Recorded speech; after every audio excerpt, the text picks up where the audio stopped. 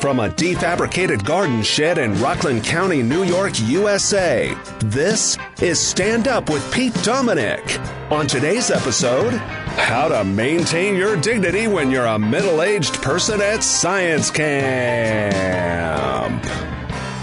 And now, the podcast host who can't wait to show you his latest science experiment, Pete Dominic! Yes, indeed. I have come up with something very special, folks. Potion to regrow hair. Very exciting, and I'm not yet ready to reveal it, but soon, very soon, folks, and it's going to make everybody very, very wealthy. All of us. More on my science experiment later. Thank you, Pete Co., for getting out there and doing yet another amazing introduction to the show. Well, I've got an excellent Monday show for you. Two great guests joining me today. Gary Rivlin is a Pulitzer Prize winning author. He's an investigative journalist, former New York Times guy. He's written so many great books. His new book, just out, is called Saving Main Street, Small Business in the Time of COVID-19. And it's really, really good. Very interesting. Anybody who's got a business, and especially those of us who don't really run this kind of business, how they made it through, surprisingly, made it through the COVID-19 economic downturn, and a lot of fascinating and important stuff in that book and in our conversation. I love my talk with Gary Rivlin. Great to get him back on the show. Well, first time on the podcast, I talked to him first time back in the old corporate media Sirius XM land. You're going to love that one. And it's Monday, so I invited Maura Quint on. Always hilarious, brilliant, and vulnerable today. Very honest about heartbreak that she's dealt with. We also talked about several other issues that I think you're going to like. So, two great guests joining me on today's show. Gary Rivlin coming up at 1 hour. Starts about 59 minutes. I had a great long conversation with Maura. Did about 16 minutes of the news. And Maura and I said about 16 minutes in. So, I hope you had a great weekend. If you're listening to this episode on Monday, we had the homecoming dance. My daughters were freshmen and senior, Ava and Julia, in high school. They had a great time. Ava won homecoming queen as a senior, which was pretty cool. I'm kidding. Nobody won anything. It was a great weekend by all. My mom and dad came out down for the weekend. We had a great time with them as well. I did MSNBC on Friday night, also News Nation. I wonder if you saw either of those. Great experience at MSNBC with Stephanie Ruhl's show. I've never done that. Had Jonathan Greenblatt on panel, and he's going to join me, hopefully, from the Anti-Defamation League. He is, unfortunately, very busy out there defending all of those who are discriminated against groups in America, including, of course, Jewish folks. And so it was great to talk with him, connected with Hayes Brown and Stephanie Gosk, an NBC News reporter. And Stephanie Ruhl was very, very cool to me. I had a great time on that. I hope you saw it. Hopefully I'll be back there soon. A wonderful fall weekend here in the Northeast. I hope it was for you. Lots happening in the world. Just a quick news update. Couple things I wanted to mention and say, which I think are really important. First of all, the House Select Committee, as you know, is investigating the January 6th attack on the Capitol. They officially subpoenaed former President Trump on Friday. I'm sure you know about that. But did you hear Nancy Pelosi? She was on MSNBC with Jonathan Capehart, and he asked her about that. And I just thought it would be fun to share her response, especially because there's this super awkward moment where Jonathan Capehart asks her, the speaker, the question, and she doesn't hear him. And there's like 8 seconds of dead air. I'm leaving it in there for your enjoyment and cringe. I have to ask you about the January 6th committee. On Friday, they officially subpoenaed Donald Trump. Do you think he'll actually appear for the deposition? And what does it say to the American people if he doesn't? I don't think he's man enough to show up.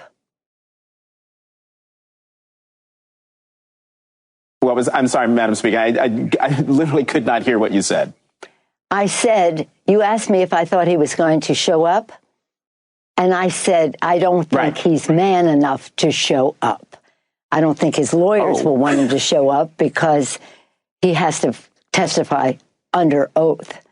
But I don't think he'll show up. I don't think he's man enough. We'll see.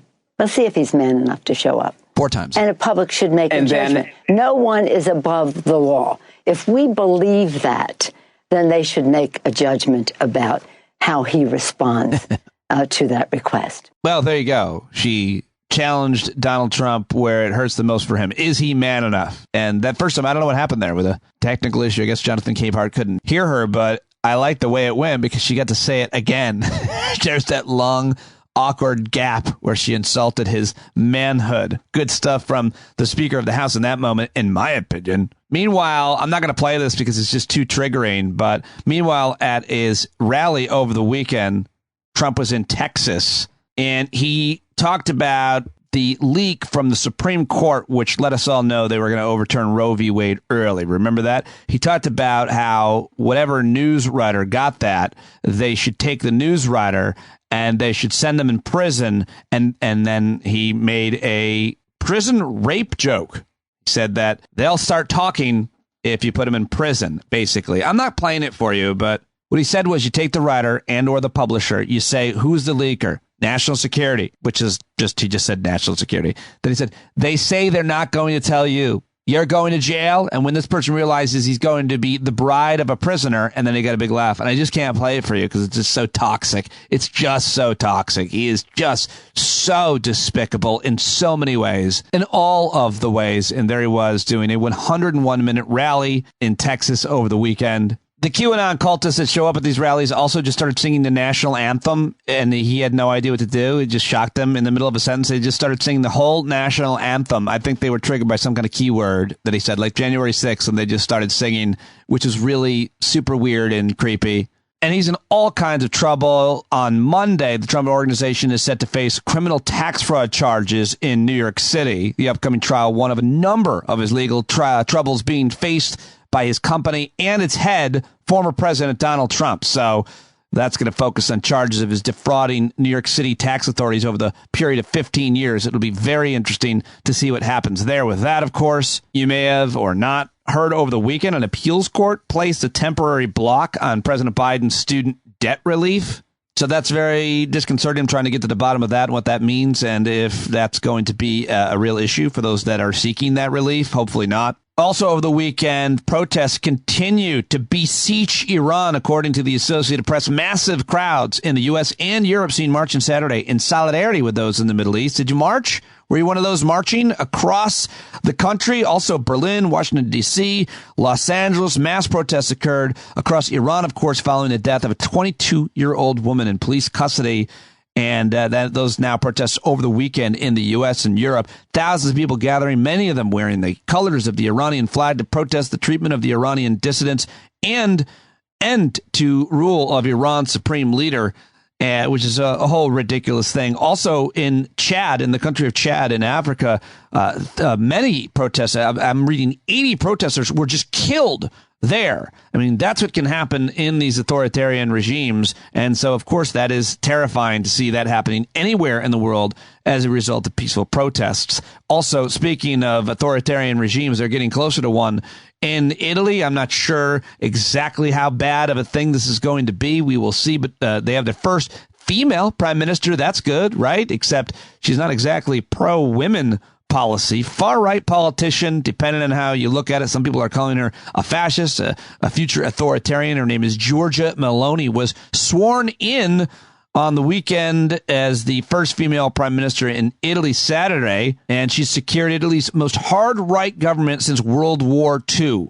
according to the report I'm reading here. She's 45 years old. I did a segment on this with an Italian professor, Leila Taylani, not too long ago. If you want to learn more about that, I think that's a very important situation to see there. Oh, and authoritarians seem to be the theme. Well, Chinese President Xi Jinping secured a third term as a leader of his country on Sunday during a Communist Party ceremony that also saw him stack his government's top officials with close loyalists. Performing at the show was Jean-Claude Van Damme and Steven Seagal. I just made that up. There was no show, but you believed it.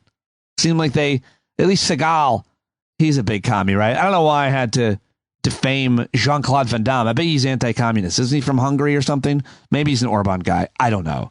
Terrible joke. I'm sorry. I'm leaving it in. Speaking of international stories, two more quickly. Russian military leadership is fleeing Kherson as the Ukrainian soldiers advance there. And finally, in culture, thought this is a good story. Fans of Taylor Swift rejoiced. The pop star's newest album. Her newest album has become the most streamed Spotify artist in a single day. In a related story, we're hoping that the guy who tried to take her Grammy that year, Kanye West, is removed from Spotify. The anti-Kanye movement continues with everything that he is affiliated with to completely deny him of any money from any company for being such a blatant anti-Semite and racist. Yeah, crazy to think, but that is certainly the case the way I see it with Ye. I'll call him whatever he wants to be called. No, I won't. It's Kanye West, and he's despicable what he's done. Oh, well, one more good story, I think. Canada has banned the sale and purchase and importation of handguns throughout the country. How about that? Regulations went into place in Canada on Friday, banning all sales, purchases, and transfers of handguns within the country. The move comes as part of Prime Minister Justin Trudeau's previous calls to reduce gun violence and halt firearm imports. The government initially announced its intentions to ban handguns this past May following the horrific deadly shooting at a school in Uvalde, Texas, that left 19 children killed. Prime Minister Trudeau immediately took action to try to push through legislation to dampen the sale of guns within the country. And that move comes as Canada has seen a 70% rise in the number of handguns throughout the country. So it's terrible what's gone on with the rise of gun violence in the U.S., obviously, and it's risen in Canada as well. The common thread, guns. So Canada making a bold move there. They don't have to deal with the Second Amendment constitutional rights that people misinterpret here. But on tomorrow's show, you're all going to get a great preview. I mean, just an awesome conversation about what's coming in the Supreme Court. This with former firearms executive Ryan Bussey and constitutional law professor Eric Siegel together. We taped it. It's awesome. You're going to love that conversation. I'll be posting it on tomorrow's episode of Stand Up. One more clip, and then we'll get to my guests. Here it is from Meet the Press, Senator Bernie Sanders, having to answer a poorly worded, and I'm being generous, question from the host Chuck Todd, whose name trends every single Sunday because people apparently really don't like him. One reason why I don't love him is this little noise that he makes where it sounds like he's disagreeing with his guests. I mean, I agree with it when he makes it with people I disagree with, but I don't know why he's making that little noise that he makes here. Anyway, it bothers me a little. Here it is. Do you accept the criticism that the American Rescue Plan passed in early 2021 contributed to the current inflation issue we're dealing with now? No, I don't. Inflation right now, as I'm sure you know, Chuck, is an international problem. In Germany, it is 10%. UK, it is 10%. Canada, it is 7%. Inflation globally is caused by the pandemic and the break in supply chain. It is caused by, in my view, the war in Ukraine, obviously, and it is also caused by incredible corporate greed. And I hope everybody understands that when you go to the gas tank, you fill up your car today, the oil companies are making huge profits. Yeah. The food companies are making huge profits. Prescription drug, high pharmaceutical industry making huge profits. We got to deal with that issue. Why do you think Republicans won't? By the way, right.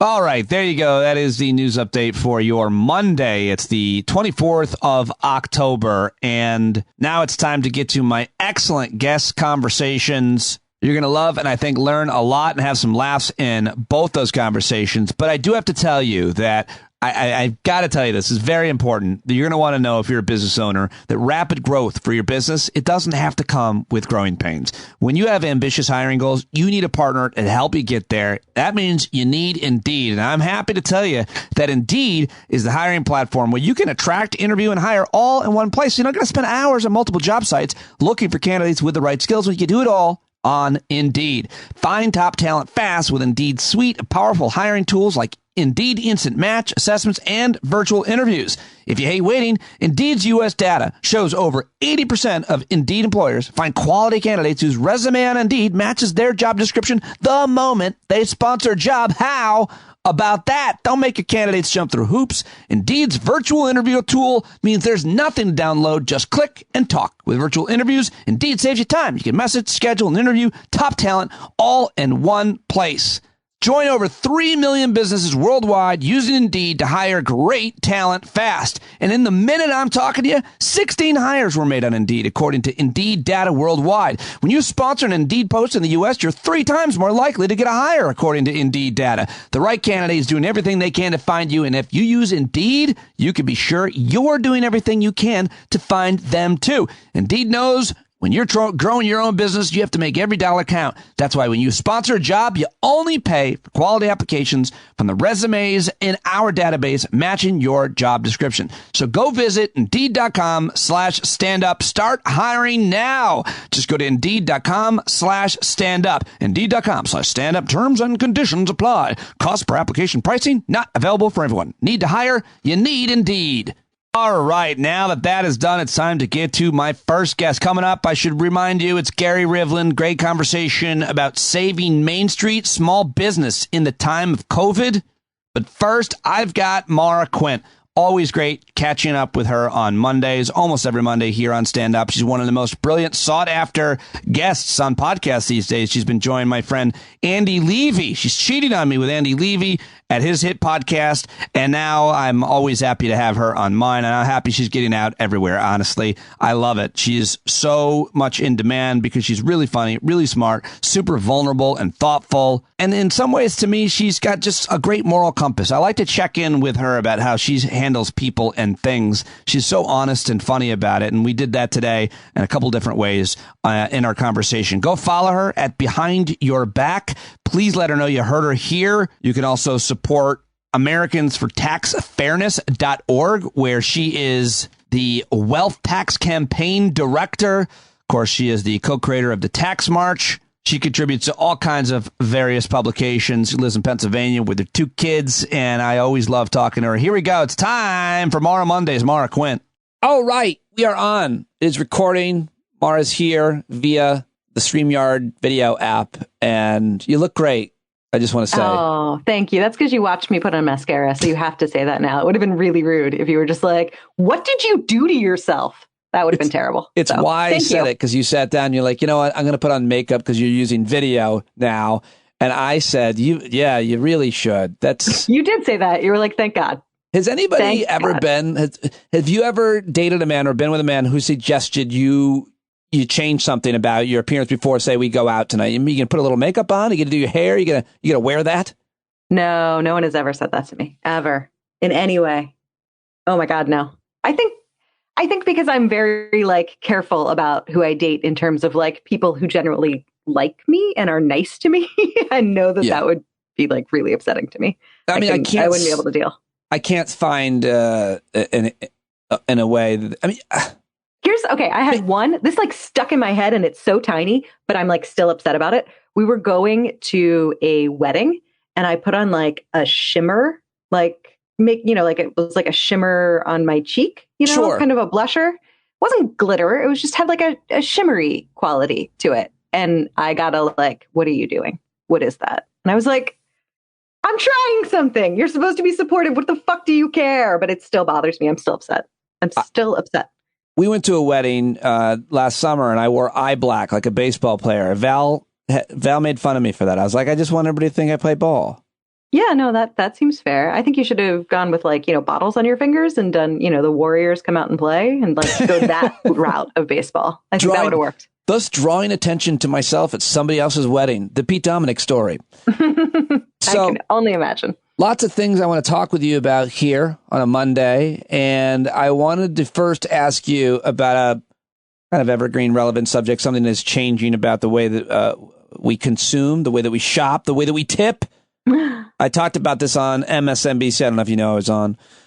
Really? Yeah. Did they have you doing what exactly? Emptying the trash, or how were you a part of the room? Yeah, they called me and I was like, yeah, I'd love to come on. They're like, no, we're looking for someone to do maintenance, general maintenance around the studio. And we heard that you are really in need of cash. And I was like, oh, can you send a car?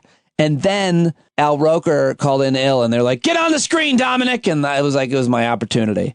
Oh, wow. That's a classic story right there. Congratulations. Yeah. Put me in, coach. So 0 I went to hero. in, Yeah. And the subject, I thought it was an interesting one, and I really wanted to get your take on it. It's that now they have these point-of-sale transaction electric key pads where you go to Dunkin' Donuts or Starbucks, usually coffee shops, restaurants, whatever, and now they're often asking if you want to give a tip. What are your thoughts?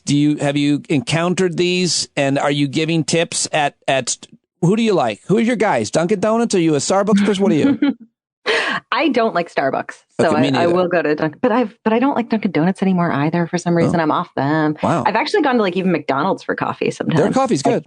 Yeah, it's totally decent coffee. Yeah, just got to watch out for their well-studied, laboratory-made apple fritters, which I gave myself one not too long ago, and unbelievably good. But anyway, never had one. Never gonna have one. Well, not interested. No. Sponsor. So you've encountered the do you want to give a tip thing? Yes, I have encountered the do you want to give a tip thing. Absolutely. And I give a tip. You do? I do. Of course I do. If you ordered coffee at McDonald's and it's $3.29 and it asks you want to give a tip $1, you tip the $1. I tip the $1. I absolutely tip the $1 every time. Yeah. Because I can make coffee at home. I've gone out. And I know that it's every single time it's a like instant calculation of, and this goes for even when I'm like feeling really financially strapped. It's like, you've made a choice to go out in the world. So you clearly have enough money, or you think you have enough money to purchase this item. You've decided that like, yes, I'm going to pay for the convenience of doing this rather than making it myself. So why would I not give an extra $1 to someone I know is making nothing? Like absolutely nothing. Why would I not help them? I have this opportunity right in front of me. All I have to do is punch one little button, done. And am I going to like, is my bank account, am I going to be like, you spent $4 instead of $3? I'm probably not going to notice. I would have bought a thing of Tic Tacs, I would have bought a thing of gum later. Like I would have spent that money some other place. So why not give it to the person who it's going to matter more to? Thoughtful. By the way, you need a Tic Tac. You're far away from me. Fuck off. I'm not kissing you anyway. You're close enough. I can feel. Do you like how mad I got? Like, I'm not going to fucking kiss you. Get some gum. Whoo! I am accepting zero insults right now. Compliments only, goddammit, Dominic. That's it. All right. Here comes one. I liked what you just said. You really justified the tip. You've convinced me. I wonder if you've convinced others. How, though, do you trust the digital tipping thing to be aggregated and then divvied out to the coffee shop person? Because I kind of still prefer and am more likely to give to a jar, because the jar can't be, I'm not giving 5% to the point of sale transaction hardware or software company, whatever they get. The owner is the owner divvying it out, right? I want a jar and I want to put $1 in it. I'm far more likely to do that. Am I a monster? You're absolutely right. You should definitely go with cash all the time. That's 100% the way to go. But my next question is, do you still carry cash? No, I've started to again because it got annoying too many times that I couldn't give a few bucks of a tip. One guy at, the kid helped me out at the hardware store, and he was, 20 and very good looking. He was very tight shirt on. He was built, and you just wanted to slip a little something in there. Body was glistening. I'm sorry. Anyway, he was so helpful, and I was like, I didn't have any cash, and I was like, can I Venmo you, dude? And then I was like, now I got to get his phone number. This is weird because he is very attractive, and he's wearing Spurs. So what you're telling me is you picked up a kid at the hardware store? Yes, he was wearing cowboy boots. What was I to do? No, I mean, like, good for you. That's a unique way to go about it. Here, let me Venmo you, and then a little something extra if you catch my drift. Seriously, like that experience was, I wanted to give someone a tip, but I didn't have any cash. So I wanted to give him Venmo, but then he had to give me his number. I'm like, I don't want your number. I don't want you to have my number. I just want to give you money. I didn't want to be in that situation again. So I literally started carrying cash for that reason, just to give a few bucks here and there, because you can't always do that. So no, I think that's absolutely right. I've been meaning actually to go to a bank and get, physical money again for exactly that same reason. But, we're like, look at us just rolling in the dough, just, single dollars here and there. Well, big spenders. The question is the ethics. The truth of it is, that, and you've studied this, that the wealthier people often are not the most generous people and aren't as likely to give that $1 tip, right? So. Yeah, no, I mean, look, there's like a greater systemic issue where individuals are being underpaid for their jobs, and that really ought not fall on the customer in that kind of a direct way, or on the like graciousness of people's hearts to decide to give more money. That should absolutely come from the employer. They should be being paid more. And the idea that an employer is looking to customers to supplement the meager wages that they are giving out is absolute fucking nonsense and bullshit. And systemically, it's not sustainable and it doesn't work. But, you know, can I take that as a sort of ideological perspective and then apply it to a human being that's standing in front of me that just needs to be able to pay their rent? No, like I need to do what I can do for that individual in front of me. Well, it brings up one more question about this. My daughter, 17, just came home from her part-time job. She does kids parties. It's a kids party company, and it's like a cool idea. They have generally girls come in, girls parties, 7, 8, 9, 10, I don't know, that age. And they do hair, makeup, nails, and have a little, cute. Yeah, it's cute. And Ava is awesome at all those things. She's an artist and really good at all of those things. And she'll get paid less if there is more tips and more if there's less tips. What? Is that I thought that was a bit like That seems like, I mean, I do not know I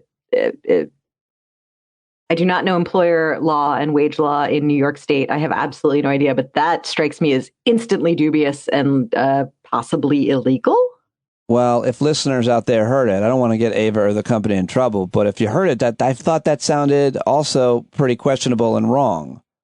Yeah, that seems like a really big problem. I mean, if there is a base pay that they're getting that is at least obviously minimum wage, then I suppose that's fine. And if an employer then wants to supplement and give bonuses in places where like the tip is expected at a certain amount or people have been guaranteed at a certain amount, that you will, like, I suppose there's a way to work that around. But like, I don't know, that the way that you've stated it makes me instantly question what's happening there.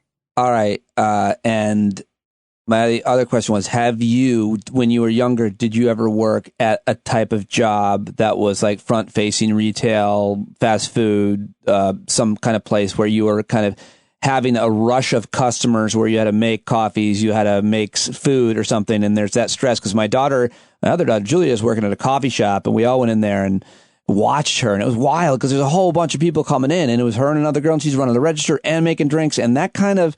I was looking at her and I was like, it's been tough. It's been hard to learn how to make everything. And I was looking at her going, this is what teaches you what life is about. Like not sitting in school doing algebra, like what you're doing right now, I felt like was of such value. And I wondered about you, if you ever had that experience. I was a waitress for years and years. I started waiting tables in high school, and then I managed a coffee shop too. But I mean, I have often said that I think the best job to go into any sort of like diplomacy or management, anything that requires any sort of like being able to mediate situations. I feel like waiting tables is one of the best jobs, because ultimately when you're waiting tables, like, your job is to take the food and give it to the people. But really your job is to make the people at the table like you and feel comfortable with you and feel generally happy, while at the same time making the back of house, making the chefs and the cooks and the busboys and all that also like you and be generally happy. And those two groups hate each other. They do not want the same things at all. They despise each other. Like they don't know they hate each other, but they hate each other. They are completely at odds in their needs. And your whole deal is to just like make everyone feel good. And like you're their best friend on both sides so that everyone's kind of helping you out and getting through the situation. It's fantastic training for mediation. That's interesting. I've known a lot of waiters, people. I've never did that. I tried to do that, and I couldn't even get hired to be a waiter.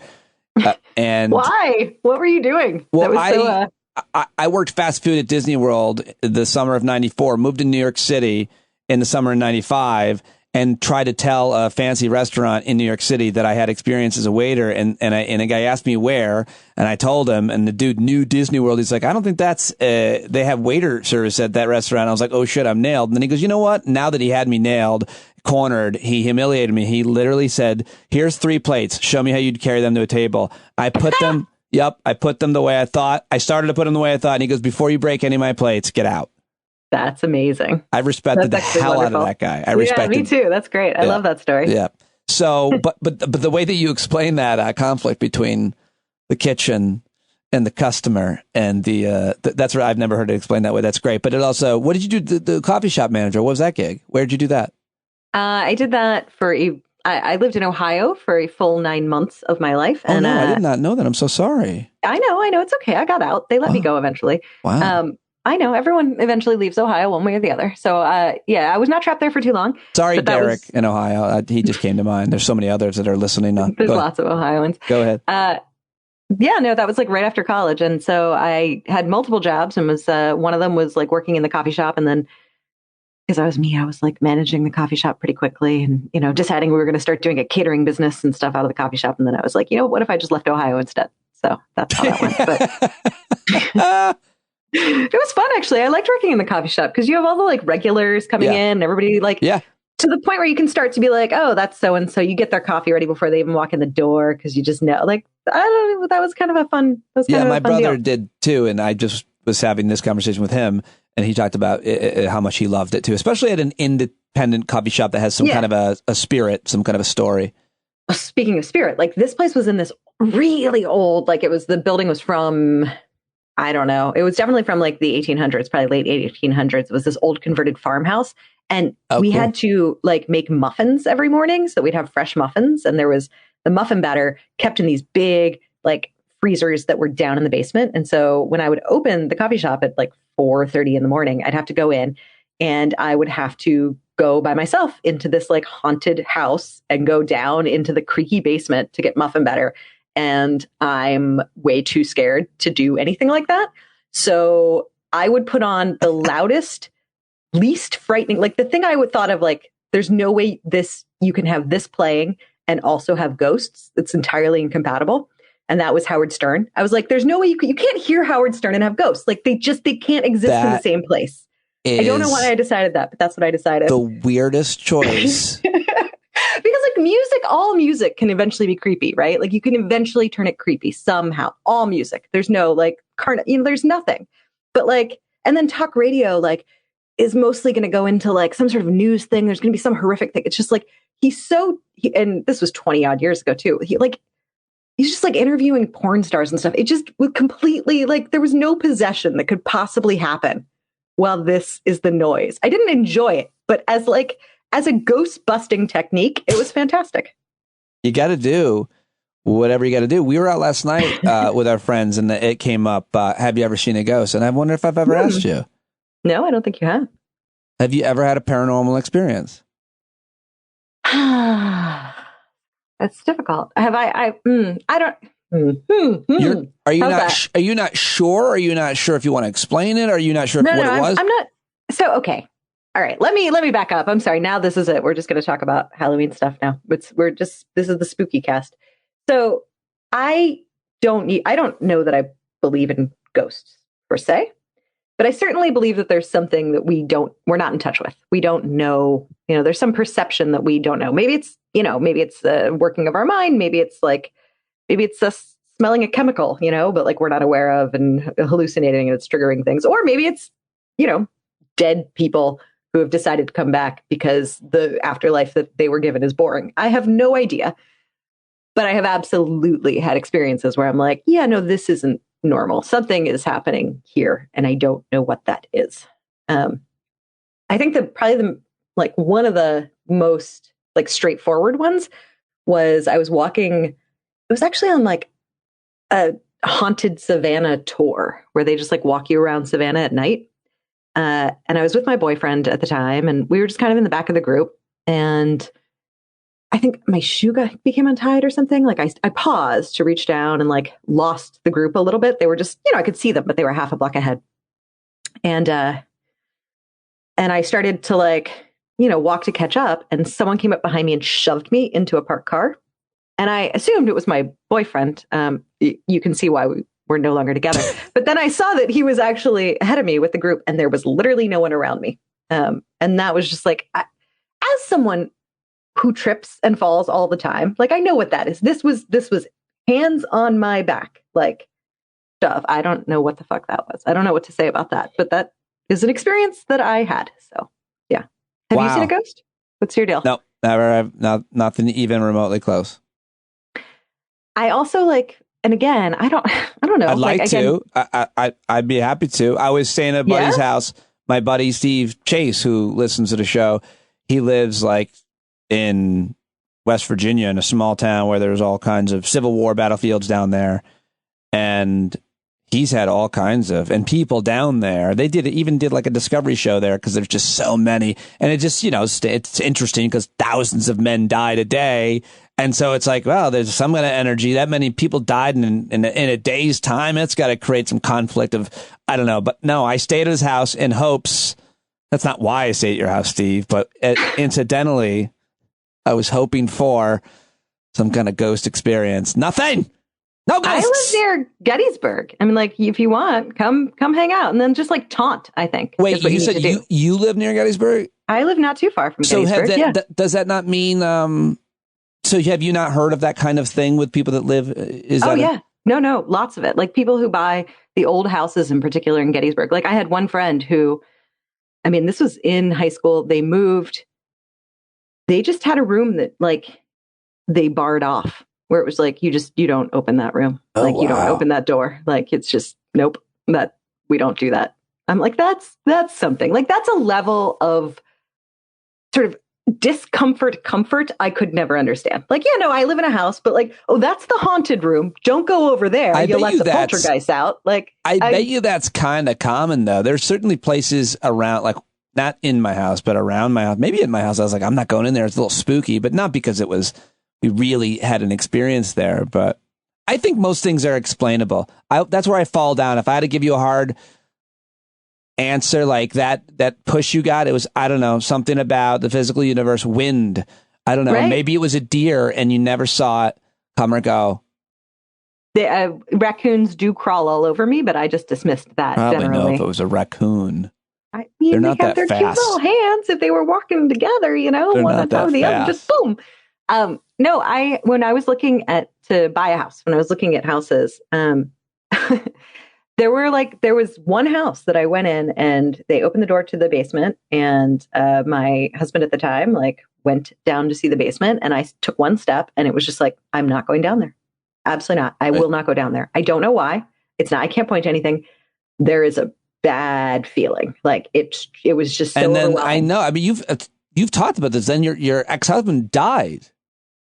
But that was entirely unrelated. I murdered him. That was separate. That was a whole other thing. No, that was nothing to do. He had to die in the basement, Mark. I can't believe you buried the lead. The reason you didn't go down there is because he never came back up. Okay, so let me ask you about another thing I really want to ask you about, which is the news and economics as it pertains to what the hell happened just now, last week, in the UK. And I'm not asking you about Italy because we didn't talking about the fact that they finally elected a far-right woman. But it's okay because she's a woman. Yeah, no, it's great. And we love that. But more women. I'm asking you, going back to the UK and what happened with their Prime Minister, Liz Truss. But just quickly, the idea they put a head of lettuce to see who would last longer. Brilliant comedy, right? I mean, it's great. Yeah. It's fantastic. Love that. So the issue, as I understand it, is that she instituted economic policies that were terrible ideas. In America, they're mainstream Republican ideas, supply side, trickle down, tax cuts for the rich, and everybody wins. Also, Brexit. It seems like there's been a series of horrific ideas coming from conservatives in the UK, but they still maintain power. I don't quite understand that. I'm sure there's a good reason. But the bottom line is they tried to institute Republican economic policies in the UK, and the conservative UK PMs were like, get the fuck out of here. Are you we can't do that. Are you crazy? That's a terrible idea for many reasons. Is that what your understanding is? Yeah, they absolutely went with all the classics, the, tax cuts for the rich and all that thing. But what's fun is that, the Republican Party has been pushing these for 40 years now. Like, no, it's going to work this time. Just you see, I swear. And what was great is that, the actual effects of what she was putting in place wouldn't necessarily be felt that instantly, but the markets were so aware that this is what happens. Like, these are bad policies, that they were just like, oh, fuck, man. And that's what really threw everything into a total tailspin. And that's because we know at this point, we're very, very clear on what the idea of trickle down does. It doesn't do shit for the vast majority of people. It just concentrates wealth in a even worse way which is hard to do at this point because we really are working hard to concentrate as much wealth as we possibly can. But, it's a little boost. So what does it say about the British conservatives versus the American conservatives who are now being led by, QAnon people? Well, it's nice that they kicked her out, but I doubt that anybody else that they're going to put in is really going to change much on the economic policy. It seems to me they're just using her as like a fall girl, basically, on this one. Like, oh, it was her problem. It wasn't, systemic and everything that we have put forth and believe. The big, the frustrating takeaway here, of course, is that Republicans continue to be able to sort of try and sell themselves as the fiscal responsibility party. And like, they're the ones who care about, your pocketbooks. And people still fucking buy it. And that's infuriating because, look, neither side is my ideal, but the Republicans are way off to one side in terms of doing anything that actually positively affects people's baseline economics. It's really awful, but they still get away with it. They've really staked their claim as those guys. It's, by the way, it's interesting when you just said neither side is my ideal, because what I think the people might not realize what you mean by that is you are not a fan or a supporter of, you are a strong critic, as am I, of our economic system. So whether it's Democrats or Republicans, liberals or conservatives, you're still playing within this capitalistic structure, which is really at this point, it's such nonsense. And we don't really talk. We're always having a conversation about within the system. I think that's what you meant by neither side is my, right? Am I? Yeah, that's a good start. But I will say, I definitely have a sort of burn it all down kind of feel. But I do think that there are ways to make capitalism work, but capitalism needs to be deeply controlled, regulated, and caged, basically. You can't let this murderous beast out wandering and killing people. You need to have a lot of things in place. Capitalism at this point is the failed Jurassic Park. It's just all the electricity has gone out. The dinosaurs are just picking people out of the toilets and hurling half their bodies aside. And it's probably always going to end up there. But there is this idea that if we actually have some working regulations in place, we could contain things and make sure that people are not caused to suffer by these this monster economic policy that we want to insist we continue to have. You can have it and regulate it, but you have to be really on top of it. And and I am very frustrated by either side's desire to really do that, to rein it in and to start making things work for actual people. Can I tell you quickly my two quick criticisms and get your response? I feel like I've never talked about this with you. My two quick criticisms. Thank you. I didn't even wait for your permission. Yeah, no, it's okay. I was going to give it anyway. I was going to interrupt you. I'm just going to keep interrupting you. Go on. Sorry. The way the Moore's law is playing out, you just have this constant exponential reproduction of technology. It's getting better and better all the time, to the point where the old classical argument about individual, what's it called? The income where everybody gets guaranteed income? Universal basic income. Thank you. UBI. It's no longer really debatable. I didn't even know what it's called, much less I'm trying to make a smart point about it. But we're going to be replaced by the robots. UBI is inevitable with population growth. And then the other thing is, when you insist on constant growth, which is capitalism, then you're using the planet's resources at rates which we can't sustain, climate change, et cetera. So it's technology and climate change will not allow for even a highly regulated capitalistic system to work, is my general two criticisms. I think that's very fair.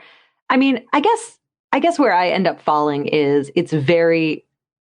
I like pushing for as far left as I can possibly go, with the recognition that it's going to be nearly impossible to just start I agree with over.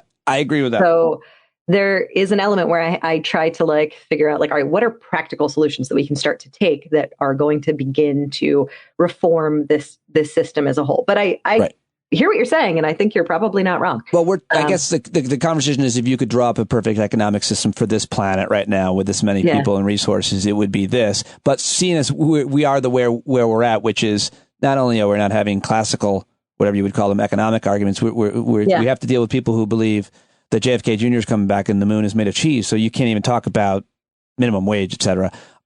So, all right, let me ask you two more things. First of all, there's a tweet on October 22nd of yours at Behind Your Back. Time to go to the tweets, folks. Here we go. Literally just fell off the couch reaching for a pillow because they refused to get up from the couch to get the pillow. Is there any more to that tweet? I mean, I sat on the floor for a while and it was pretty cozy. I mean, I had the pillow then, so that was all right. No, I think the more to that tweet is just that I've been pretty low, frankly. So like, yeah, it hit the point the other day of like, yeah, no, I can't get up from this couch. So yeah. You were so low emotionally that it was physically, because here it is, folks. This is my final question. I asked if we could talk about this before, and you tweeted about it. You are signaling low. You're signaling depression. You write Fiddler on the Roof voice. Depression. I don't think I delivered that right. Depression. That's what I was going for. Got it. But here's the thing. I woke up at 5 a.m. That was in my head. That's for that one. I was just like that. I woke up singing that, which is not maybe great, but but here's where we are. What's going on? What's going on is like, external factors, fortunately, actually, because, there's the depression that just hits you that has nothing, that's like just your brain on the skits. And this is not that. This is just like, oh, there are things in my immediate life that are making me sad. And there's just been some, heartbreak stuff. So it's just instantly making me feel really stupidly sad, like teenager sad, like writing bad poems sad. Like it's ridiculous. I feel a little bit kind of ashamed, actually. Oh, it's interesting. So we're all very sorry to hear of heartbreak when we hear it from anybody, including you, who we care about so much. But how are you dealing with it, and where does this shame of yourself come from? Oh, just the sense of like, come on, you should be over. You shouldn't like still be succumbing to that level of emotion for, stuff like this. That should be reserved for sort of more important things or something at this point, I guess, is the like weird feeling. I don't know. I'm not sure exactly what it is, but it feels a bit embarrassing, actually, to like have such a strong emotional response to something that 15-year-olds are similarly having strong emotional responses to. It feels like, oh, come on. In the same way that if I was just like, the only thing I eat right now is Twizzlers and I bite the edges off and then I like drink a Dr. Pepper through them, it would be like, really? Have you not grown up at all? Like that's all? Okay. That's funny, but I'm not allowing for it, because isn't heartbreak? Like if you have your heart broken 10 times, maybe you're better at you're building resilience. It also looks to me like you've left your heart open 10 times, which I think is a great thing, because the joy is the joy. But it's always really painful and really hard, and there's like this time factor that people will explain. And I'm like, I don't want to be existing though during this time. That's just it. I'm really impatient. So it's like, just having that moment of like, I just have to sit here. Like, I just have to sit here. I can't do anything else. There's this other little part of my brain just being like, you have things to do. You can't just like, it's really annoyed at the whole deal. But then most of me is like, no, you actually just have to sit here.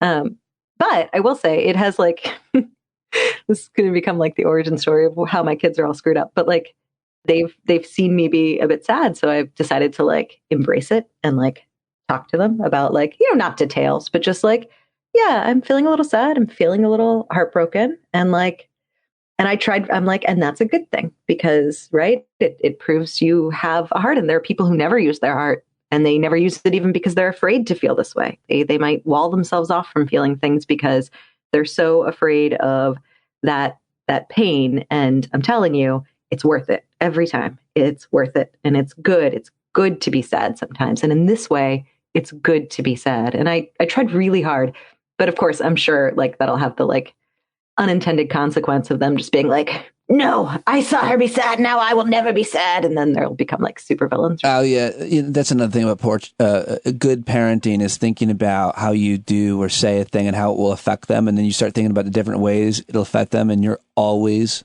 wrong. It might affect them in one way or another, but you're generally wrong about it. I definitely thought I was like sending the butterfly effect off one way, but I'm sure like when they're taking over the world and like using the robots to crush, cities underfoot, it'll be like, my mom was sad 30 years ago. They spent the day killing frogs, by the way, folks. Now, how did they take it?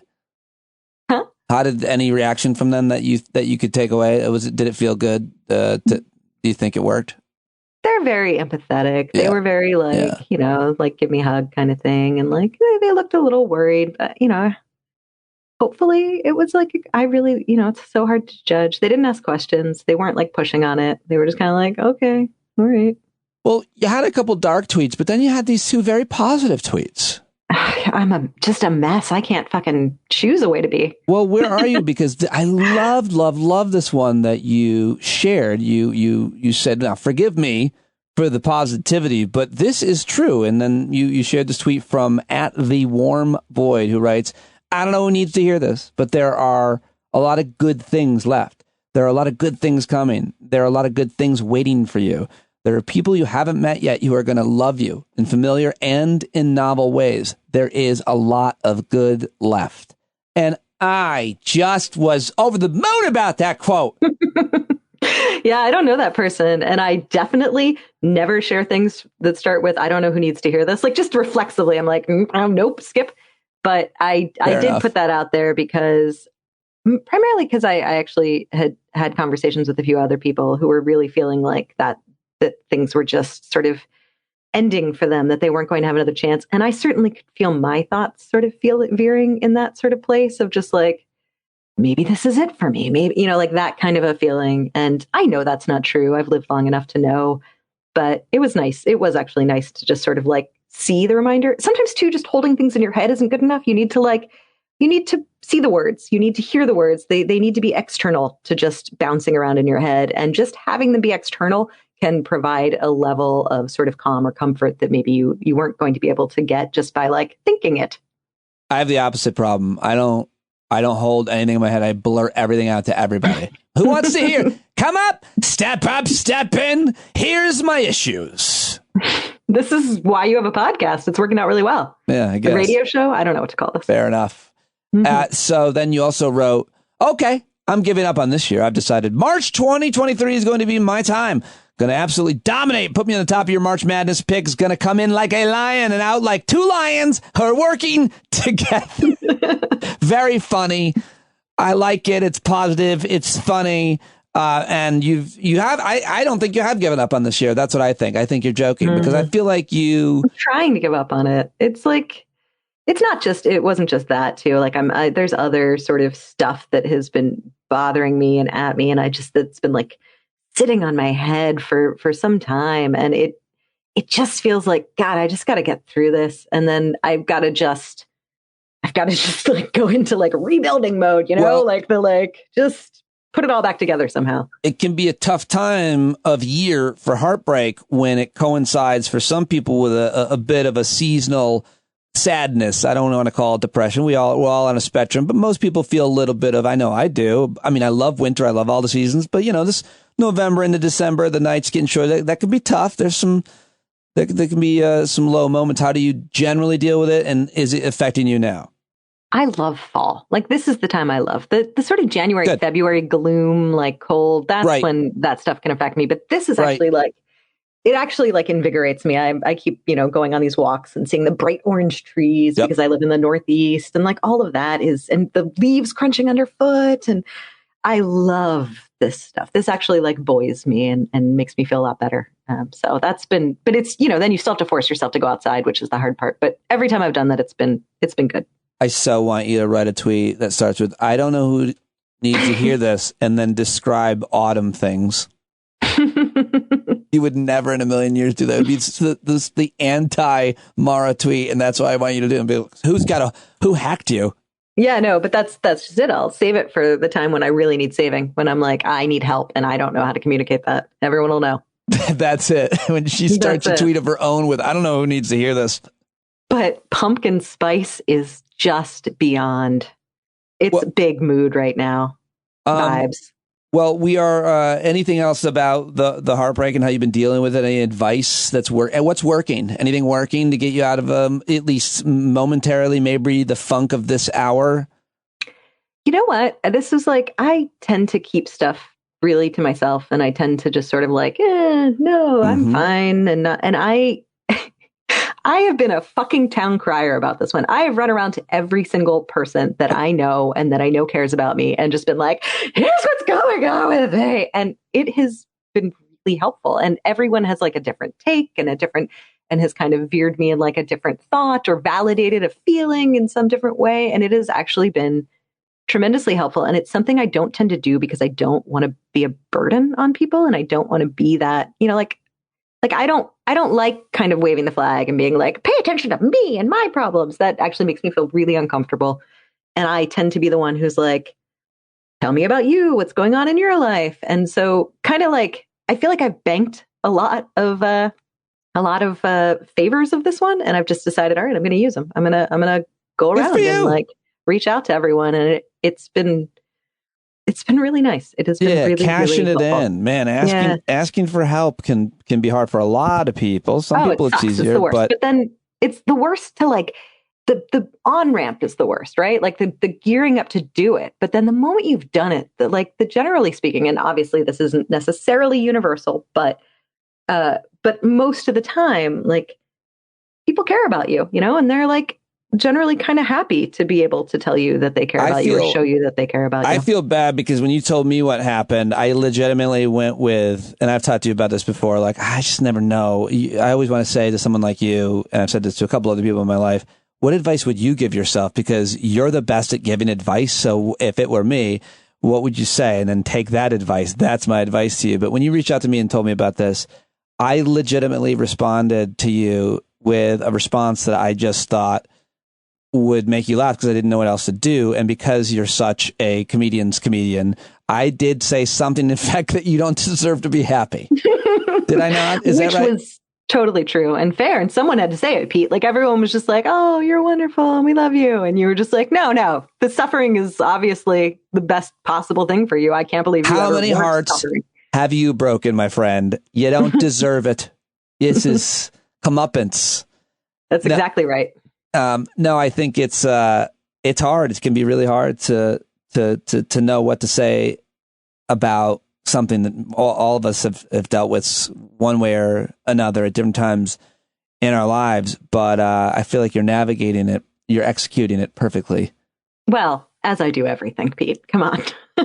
Fair enough. Including couch surfing where you fell. You just fell off. It's what I wanted to do. Okay. I executed. I had a plan. The plan was to fall. I executed that plan flawlessly, laid on the floor exactly where I wanted to be. All right. One more remedy for heartbreak. And this will be a lightning round, and I'll throw out a few things. We've touched on a couple of them. We do nature. We do exercise. We do eating something. We do calling a person. We do music. We do art. You mentioned poetry. Is there anything else that has alleviated, distracted, or helped you navigate heartbreak? Oh, my God. I think you got basically all of them. I know some people like find animals and stuff, but that doesn't work for me. They just piss me off. Go away, dog. Can't you see I'm sad? That's probably not the best. Did you listen to music? I did listen to music. Sad music? Music for, what'd you choose? Music is rough for me because I love music so much. Yeah. And then I really fall into music. But I just started I'll put together a playlist of songs that are meaningful right now. I did that sort of stuff. Oh, that's interesting. Totally. That's what I was going for. That's an actual playlist of songs that you thought would be appropriate for the situation you found yourself in. And then I listened to it over and over and over and over and over.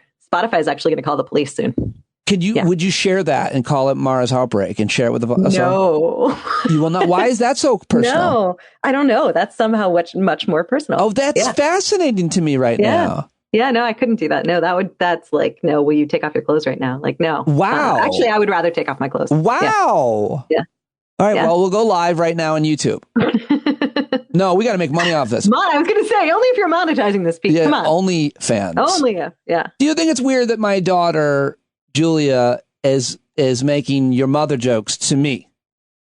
Yes, but I think it's also hilarious. Go her. Yeah, okay. All right. I think that was my final question for you today. Yeah. Because he keeps saying, she's like, yeah, like your mother. I'm like, that's your grandmother. She was just here. She just left. What's wrong with you?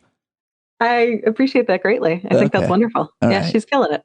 Got a great sense of humor.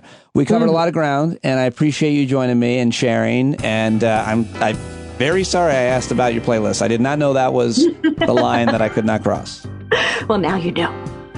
All right, there she goes. That's Maura Quint at Behind Your Back on Twitter. Go check her out right now and let her know you heard her here, and let her know how much you appreciate her and everything that she shared. Always reach out and connect with her. She's always awesome. And now I'm very excited to bring you to my second guest. He's a freelance journalist for a long time. He's done the daily journalism thing. He's done long-form journalism from the New York Times to Wired to Newsweek. He's written 5 full-length books, including most recently Katrina, After the Flood, and also 2 ebooks, including the multimedia work for The Atavist. He's a highly respected journalist who shared a small piece of the Pulitzer Prize in 2017 of explanatory journalism for the Panama Papers, and his new book is so good and so important. It's called Saving Main Street, Small Business in the Time of COVID-19. He and I first met back when he wrote that book about Katrina. I was really happy and excited to hear that he'd come out with this new book. I've been reading it, and we talked all about it. I'm very excited to have him back on the show. I hope you'll go let him know that you heard him here at G Rivlin, Rivlin on Twitter. The book, Saving Main Street, Small Business in the Time of COVID-19. Here we go with Gary Rivlin. Gary, you reached out to me at the perfect time to tell me about your new book, because I had just reorganized my books and put your book on Katrina on a new bookcase. And I was looking through it, and I was like, it was just so weird that I got this DM about your new book, which I'm so very excited to talk with you about. Congratulations, Saving Main Street, Small Business in the Time of COVID. Thank you for joining me. Thank you, Pete. This is such an important, relevant book, and I want to get all into it, but I actually thought you have some credentials here, and you go into it in the book in terms of just growing up with a dad who ran small businesses, and more importantly, pretty interesting business. Your dad was the pet store empire leader, apparently. I think that was the plan to become the leader. They got up to like 6 or 7 stores, and then I can't even remember, PetSmart, Petco, one of them, kind of came in and crushed them. I always use the example of, there's Ma and Pa pet stores, which would have been the kind of store I wrote about in this book. They came in and tried to do multiple stores. You get advantages in buying product and all that. So they were the tuna that took on the guppy, and then suddenly a shark came in with a lot of venture capital and did them in. But in a way, that is my book. It's the storyline is COVID hits, slams a beauty salon, a restaurant, a gift store in a rural area. But really, it's just the challenge for any small business today, taking on the internet, big box stores, globalization, whatever it might be. It's just hard to be a small business person. And I saw it firsthand. My dad, for his entire adult life, from the age of 18 on, ran a small business. And, I saw the ups and downs. They're doing well, but then a recession hits. They're doing well, but some government program changed, and suddenly they're not doing well. You sort of have to be crazy to get into small business, but then again, I understand why people get into small business. Well, because you have so much to lose, and the odds are that you probably won't win, as opposed to going to work for somebody else. You have far less to lose. How did I do? Exactly. I looked up the numbers. There's a 1 in 3 chance your small business is going to go out of business within 2 years. There's a 1 in 2 chance it's going to go out of business within 5 years. And within a decade, there's a 70% chance you're going to go under. And, it's like you work for the man, you get benefits. A good week or a bad week, I'm getting that same salary. But, then again, I used to work for the New York Times, and I'm essentially a small business person, and I'm just an independent. I believe you are too. And, it's sort of, for some people, it's the passion. The kind of the main character of the book is this chef at an Italian restaurant just outside of Scrim. He's been cooking since he's in the 3rd grade. His friends knew. He talked about going to law school and doing other things. His friends knew, I'm not listening to you. You're going to be a chef and have a restaurant. Lo and behold, in his mid-20s, a chef with his own restaurant. COVID hit 7 years after they opened. But, there's also those people. We see it in Silicon Valley, kind of startup culture. Like this is a clever way to get rich. So I'm going to pursue this idea. It's not really a passion so much as I want to make a lot of money. And the small businesses I'm looking at, it's more like, I'll give you an example. The rural pharmacist, Joe Leck, he worked for Thrift Drugs, which used to be a chain, big chain, but then they were swallowed up. I can't remember. It's Rite Aid, Walgreens, CVS. And, after a couple of years, I work really hard. I get paid well, but I hate what I do. Yeah. And I'd rather just work for myself, and, the extra effort I put in, hopefully that'll mean money in my pocket. It's sort of, in a way, it's the American, it's our story, right? We thrust off the yoke of the King of England and we ventured off on our own, and it's a harder life. We had to fight for that life. You have to be a pioneer, but, it's kind of the blacksmiths and the general store and the apothecaries that made this country. And, that still, I think, kind of sits with us. I think that the only thing that's missing from what you're saying there, and I know you know this and cover it, especially even in this book, is healthcare. So it's like, you used to work for New York Times. I used to work for Sirius XM. And even if you loved your job and you thought you could go it alone, even if you thought that, I mean, I got let go, basically. I got pushed out. But I wouldn't have left because of the health insurance. So if you're work at a restaurant, you want to open your own restaurant, you just can't really do it, because how are you going to how are you going to cover your family? Maybe one of your kids has an issue, a health issue. And it's like, to me, when we talk about America, I feel like that's always in everybody's decision. Even if they've done everything right, they got a great education, lots of opportunity, and even capital, it's not enough to cover the healthcare bills, Gary. Don't you think that's such a missing part when we talk about small businesses, why people do it or don't?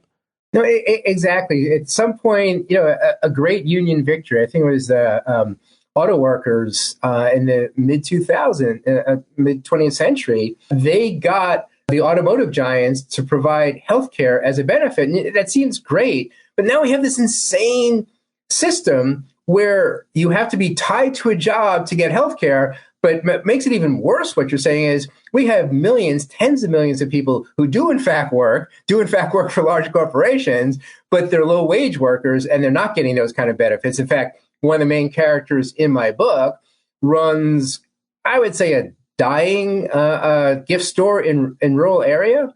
And she stays in that job because she can pay herself the Taj Mahal healthcare plan, as she calls it. She would be making $12 an hour and not get healthcare. And she runs this store that just struggles and barely survives year by year by year, just so she could give herself health insurance. Such BS system. So let's get more into the book and why you wrote it. You've written about so many important different issues throughout your career. Where were you in March 2020? Were you already thinking about doing something on small business? And then you're like, oh, my goodness gracious, it's all coming down. An editor had suggested this idea to me, this idea that, we love small business. We embrace small business. It's the backbone of America. Politicians on the right, left, and in between say that. And yet with each passing year, the revenue at the big box stores and the chains and Amazon go up, where there's a hypocrisy. And that was an interesting idea. But then once COVID hit, it's like, now it's existential. And, in a way, this is a different book than others I've written. I've written about kind of a rigged system against the working poor, Katrina, kind of more racial biases. But in a way, it is of a piece that the system is rigged against the small business owner. Let's start with, how the U.S. government defines a small business. Yeah, it's crazy. Up to 500 employees. I mean, the small businesses, the definition I use in this book is like, 5, 10, 20, workers. The restaurant had 20, 23, 24 workers. That's a small business to me. But you have hundreds and hundreds of employees and bring in millions and millions of revenue. And, it's not just a set of words on paper. We give breaks to those who qualify as small business. We loan money and we subsidize loans to in quotes, small businesses that are up to hundreds and hundreds of employees. And we saw, PPP, the very program the U.S. government created to help small businesses, what happened? They opened it up, and it was like these large small businesses. I don't even know the vocabulary to use at this point, but it was businesses with hundreds and hundreds of employees that swooped in. They have the lawyers. They have the wherewithal, to go through the thicket of rules and applications that you had to file. And then a second thing, I'm not going to mention names, but Susan Collins and Marco Rubio in the Senate, they added right before the CARES Act. That was that huge $2.3 billion economic plan. It was the largest in U.S. history. They added 3 little words to PPP: per physical location. Right. And so what that meant is Shake Shack with 6,000 employees, by no definition is that it is publicly traded, not a small business. Well, but per physical location, they have under 500 employees. And so, poor Shake Shack and Ruth's Chris, they got all the attention and they were shamed into returning the money. But 400 or so publicly traded corporations got PPP money for small businesses to preserve mom and pop establishments, those that me, you, and I assume most of the people who are listening, do not consider small businesses. P.F. Chang's, private equity funded businesses, again, with hundreds and hundreds of locations around the country, they got PPP money, the very program to help small businesses. Another measure could be, and you talk a little bit about this in terms of how much cash certain different types of businesses have on hand, and you take us inside those kinds of businesses, but certain giant companies are going to have plenty of cash on hand for not a rainy day, a pandemic, but a smaller business, a hair salon or a restaurant might only have a few weeks or a few months at that, and that's just the nature of such a business, right? You could evaluate such this aid or loans on that and prioritize, but at the same time, you argue, you make the arguments kind of from the government standpoint, which is in terms of the pandemic and COVID, you had to get that money out. It would have taken too much, too long, and so they had to come up with some creative ideas to hand that money out. And as a result, there was a lot of waste, there was a lot of fraud, there was a lot of crimes being committed, but a lot of companies got the money they needed to make it through. How am I doing? Yeah, no, I mean, PPP was ill-conceived, as we've talked about. It was chaotic. It was actually, the rules were finalized the night before it opened. So some banks went ahead anyway and some, delayed, and that would really hurt you with your application. I could, tell you all the things that are wrong with PPP, but the bottom line is it saved tens of thousands of businesses. That I don't, the speed of PPP, the idea that, we're going to get that money out as fast as we can. We know there'll be some fraud. We know there will be some inefficiency, but we need to get this money out. I actually think that was the right decision. And, the fraud is now starting to get attention, but, nearly $1 trillion went to small businesses. It was PPP, the Paycheck Protection Program. And there's a second program that's been around for a long while that was very useful to small businesses during COVID. The economic injury disaster loan. So you add those two together, it's like $1 trillion went to small business. You throw $1 trillion at any problem, no matter how inefficiently, it's gonna help. And so you read about billions of dollars in fraud. Well, 1% of $1 trillion is $10 billion. Right. To me, a program that has a percent or two of fraud, it's still a good program. To me, if they're going to do it better the next time, 2 things. One, let's define small businesses in a more rational way. And the other one is to get the money in round 1. The Biden administration corrected this with round 2. You just had to attest that there was the economic uncertainty would have an impact on your business. Like, well, of course it would. Everyone's working at home. I mean, right. Or if you weren't working at home, we had to put up plastic guards, whatever. So when they did it the second time, they made you say, like, we've lost at least, our revenues are down by 25% or more. There was a need factor. That has to be part of a program like that. The book is, as all your work, really interesting because you write it in this kind of narrative fashion and take us inside these people's businesses and their lives. And you specifically looked at a certain part of Pennsylvania for most of the subjects of your book. So let's get into it. Why this area of Pennsylvania you chose? And then we can start to talk about TJ and Vilma, because they're just fascinating, real people that you got to know during a pandemic. And you tell their stories so well, as you always do, Gary. Well, thank you for that. So I live in New York City, And, the top three issues here are rent, rent, and rent. So I don't want to sound like one of those politicians like J.D. Vance. Like, I want to set it someplace real. New York City is very real, but it's unique. I wanted to go someplace away from the coast.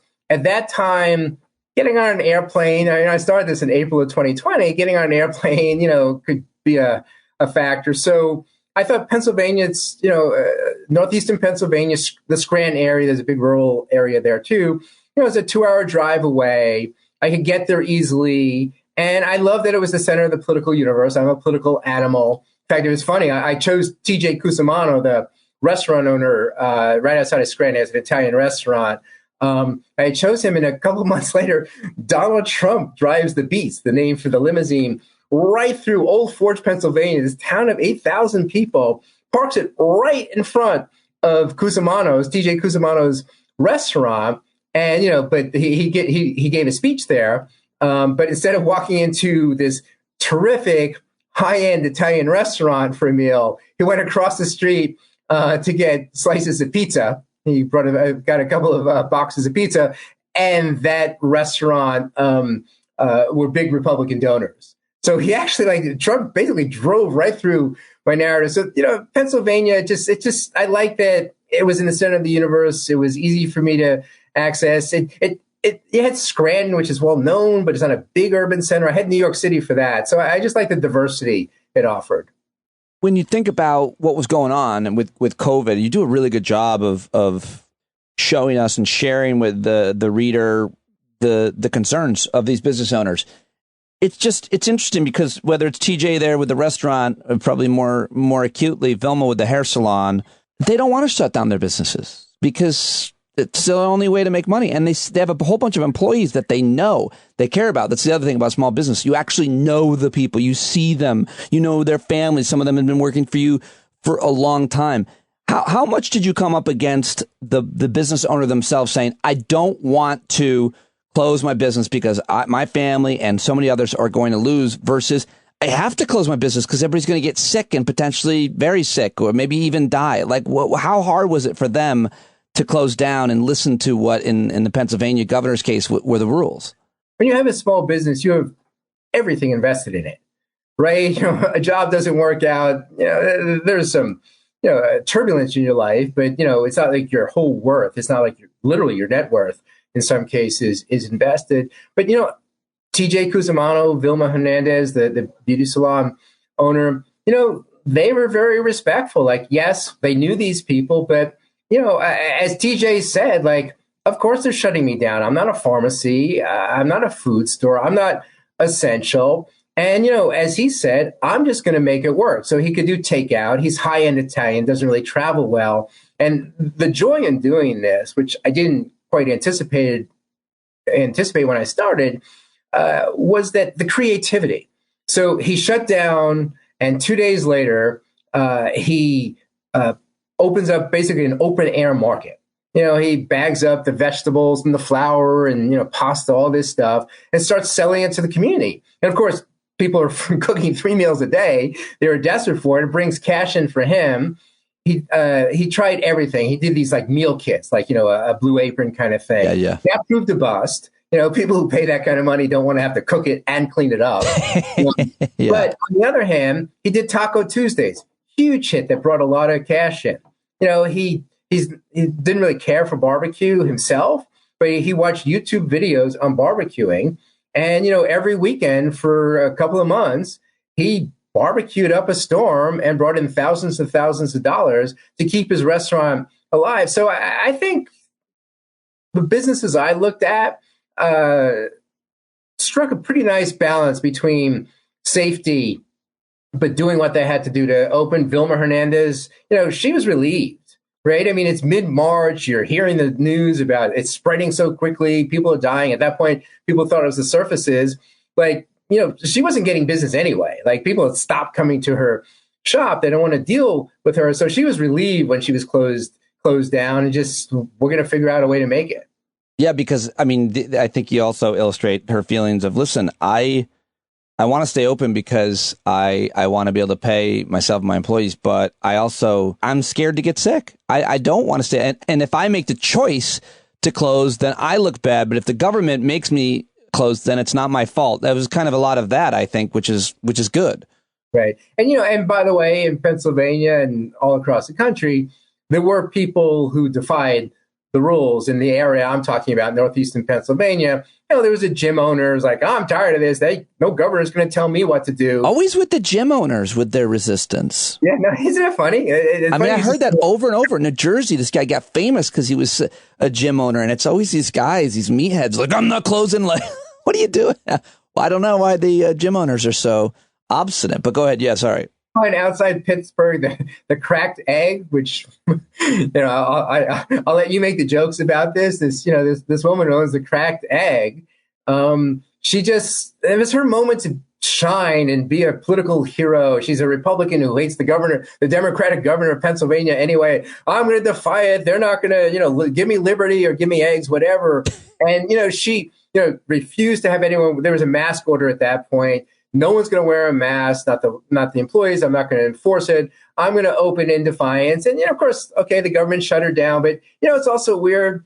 The gym owner I just mentioned, he got every single day that the Department of Health came out to his gym to write him a citation. And he had to pay lawyer costs and a little bit of money, but there were no repercussions. The cracked egg lady was closed for a while, but there are no repercussions. Like, I don't know what we can do. I mean, like, you don't want to destroy someone. Okay, you've lost your business license. We're taking this away from you. I guess that's what should happen. But, that is not what happened in Pennsylvania. Right. I mean, I think the book covers in many ways the spikes, the ups and downs of the pandemic. And I think Pennsylvania, probably no different than many other states, although you could tell me in that there were waves. And with the waves came new regulations that would snap back in order. And with that came frustration for every business owner, for all of us, as well as confusion. Take me through how that affected any of these business owners. Where you can only have 25 people. You can have 50 people. You got to wear a mask. You don't have to wear a mask. There was a lot of confusion, which led to a lot of frustration. How did they handle it? Right. So, it was interesting. Small business owners were on the front lines of the mask wars. They were the people enforcing the 6-foot social distancing rules. They were the ones who had to enforce vaccine rules. And, that caused problems. But, I'll use the example of restaurant. TJ wasn't angry at the governor, understood that, this is a moving problem. They're trying to figure out as they go, you could have 50% capacity. No, it's down to 25% capacity, but, we'll go back to 50% capacity.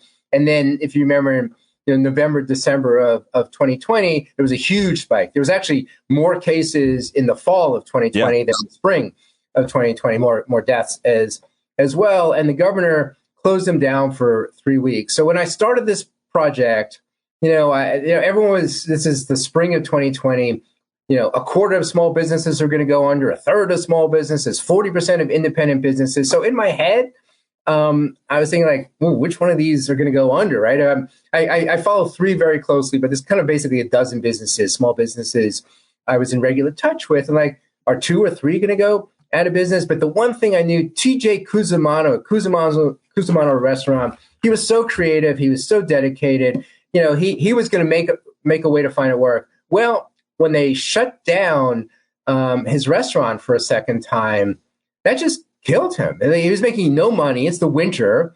You can't have anyone eating outside. And, I get this text that broke my heart in December of 2020. He had taken a job as a construction worker. And, Monday and Tuesdays were days off in the restaurant. So he worked full time those days and worked half days the rest of the week. And, then went to the restaurant to, prepare food for takeout and such. And like, oh, my goodness, TJ might go under. So, at one point or another, I thought any one of these small businesses are doomed. And, I won't give it away. It's written more like a novel. You follow these characters. But the one thing I can say is that great small business die-off that they warned us about did not happen. In the typical year, 8.5%, 9%, 10% of the small businesses go under. In 2020, 11 or 12% went under. So there's an uptick of a few percentage points. There's restaurants I love, shops I love that went under. If you're in the middle of a big city like New York, you're in a college town where all the kids are in their bedrooms, their childhood bedrooms. They weren't, coming to the eateries in the middle of town, the shops. So there was some pain, but across the board, small businesses, they fared pretty well. Again, the grit, the creativity of small businesses, and that $1 trillion or so the federal government. Yeah, I was going to say, what do you attribute that to? But I think you just listed them off there. Those are the reasons why. But yeah, you mentioned and talk about the creativity, the adaptability to change the nature of your business, which left none of us probably ever the same as we were before with whatever we were doing. I thought it was interesting. I don't know how much you saw of this, that competitive restaurants would share information with each other. Hey, are you getting your deliveries? Like, I don't know if that's normal, but like what can you say about how competitors were collaborating? That's what I'm trying to get to, for God's sakes. I'm babbling. Gary. Yeah, no, I do think in an emergency like this, there was a lot of collaboration. So Glenda, the third of the three characters we haven't brought up yet, she runs the gift and card shop in Tunkhannock, Pennsylvania, town of 1,700 and a sparsely populated rural county. She complained that I'm all alone. I mean, like, she was a great character for me because she was sharing with me because she felt so alone and all. But, the truth is, in the other two locales I paid attention to, Old Forge, where TJ Cusumano's restaurant, you're right. They were sharing information. They were sharing supplies. I was at the restaurant one day and, he's out of Jim Beam. So they just went next door to the restaurant and, to the restaurant next door and, borrowed a bottle from him and paid him back. That was the way of life in this town prior to the pandemic, and certainly during the worst of the pandemic. And the same thing happened in Hazleton, Pennsylvania, city of 30,000, where Vilma's Hair Salon, they're all in this together. Anything we could do to help, we're going to do to help. I wonder what, based on what you learned in your journalism here and your investigations, as well as in your life, how, Gary, you make consumer choices based on, I know you're a very thoughtful guy with a lot of moral clarity. Did you learn anything about like the kind of companies that you want to support or avoid? Because the truth is, a lot of us know ethically what might be best, but man, it's a lot cheaper to go to this place where it's more convenient to order from Amazon, have them deliver, especially during a pandemic. Did you learn anything? Yeah, we're all hypocrites when it comes to small businesses. It's like, I went through this. I was shocked. I looked at how much we spend at Amazon. Amazon is one of the villains of this story. They're in Hazleton, one of their major distribution centers, fulfillment centers, is in Hazleton, Pennsylvania, the city of 30,000.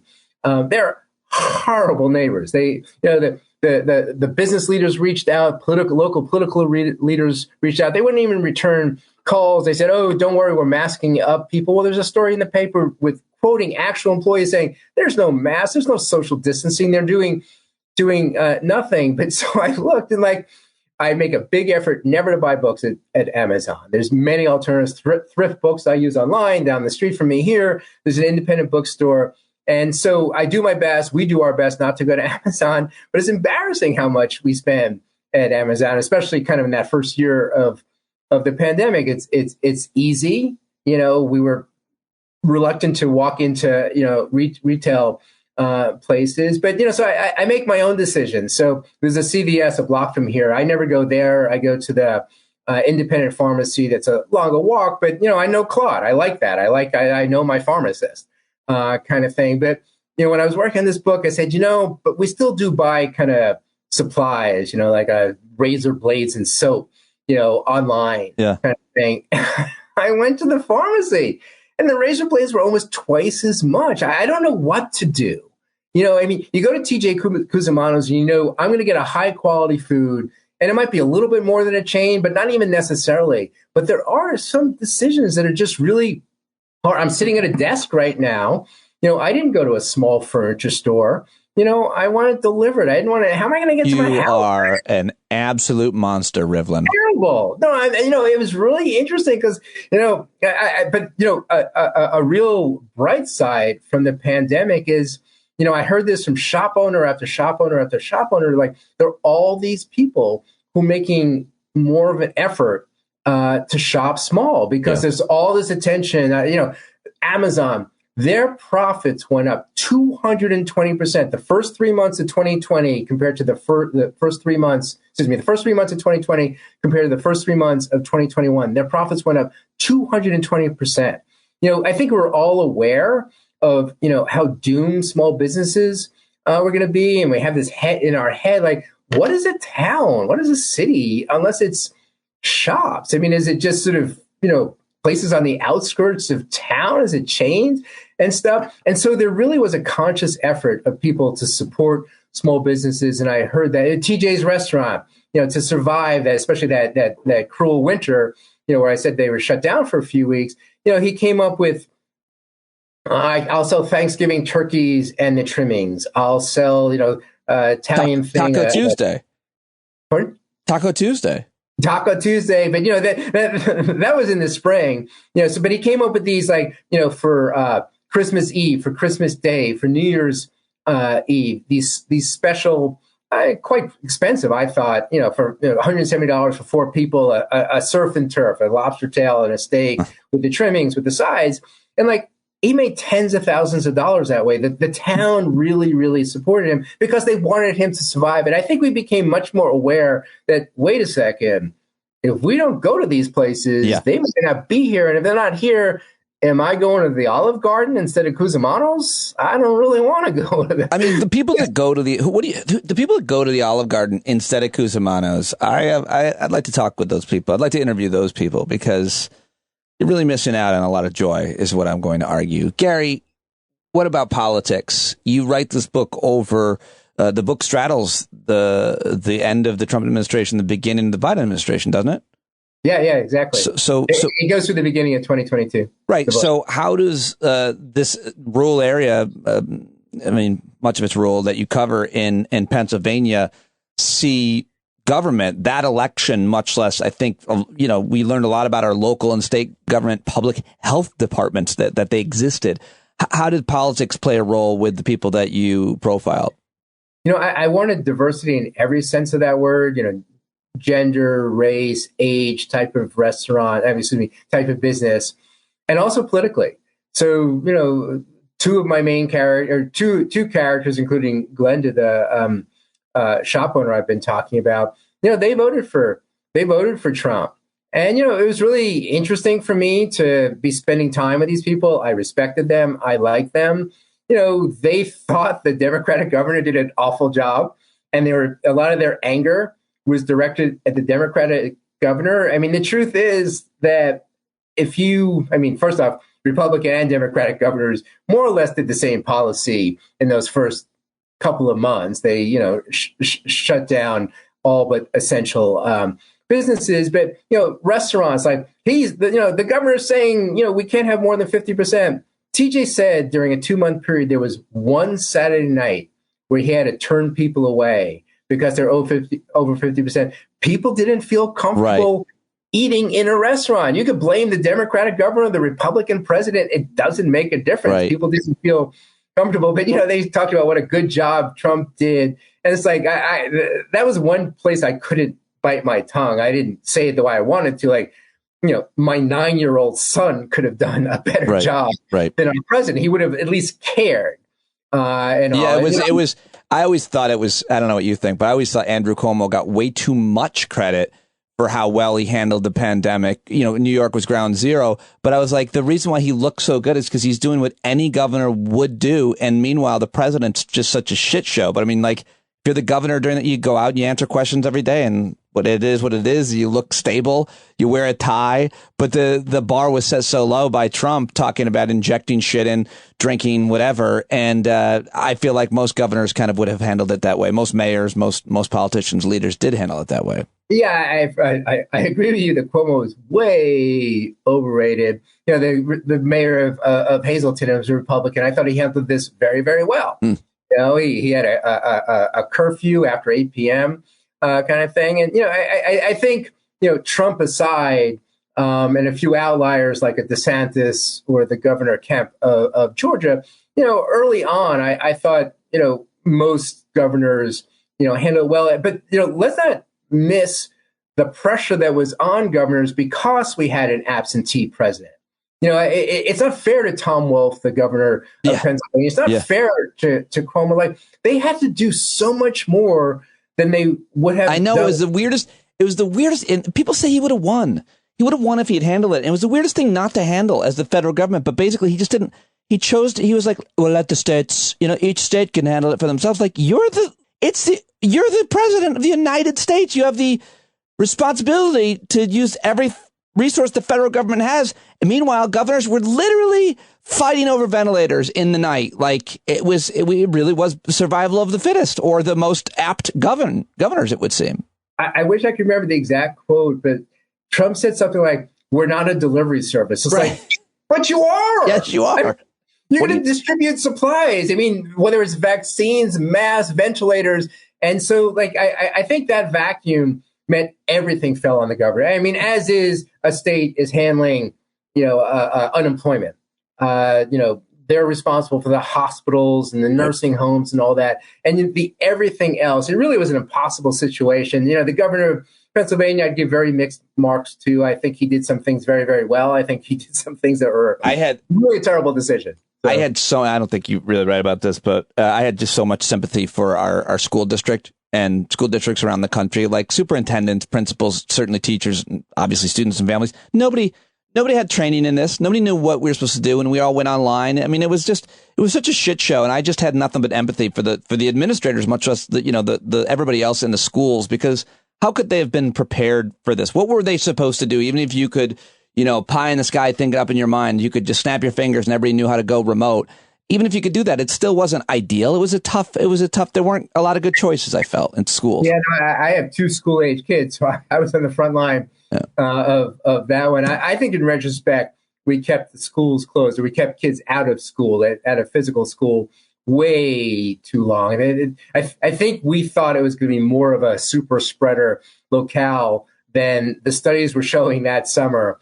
And I think especially the big urban districts. New York actually opened much quicker, allowed in-person school classrooms way before other big cities. But I think that was a mistake in retrospect.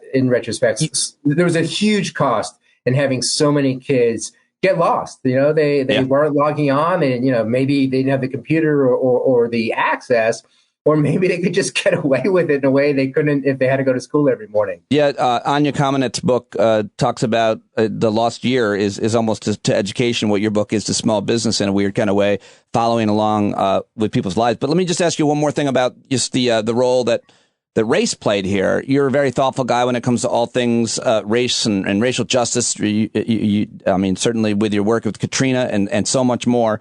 And you point to the fact that it was at play here. In Pennsylvania, there's a lot of Hispanic immigrants, all over America now, people from Latin American, Spanish-speaking countries, and they come and they do all kinds of different jobs, but especially working in places like meatpacking plants. And there was this kind of real horrible racist ideology that they were the ones that were bringing the illnesses in, and at the same time, they were the ones also being forced to go to work. I mean, in a normal day, they're forced to go back to work after they cut a finger off at some of these places. But talk to me a little bit about what role racism played in the areas that you covered.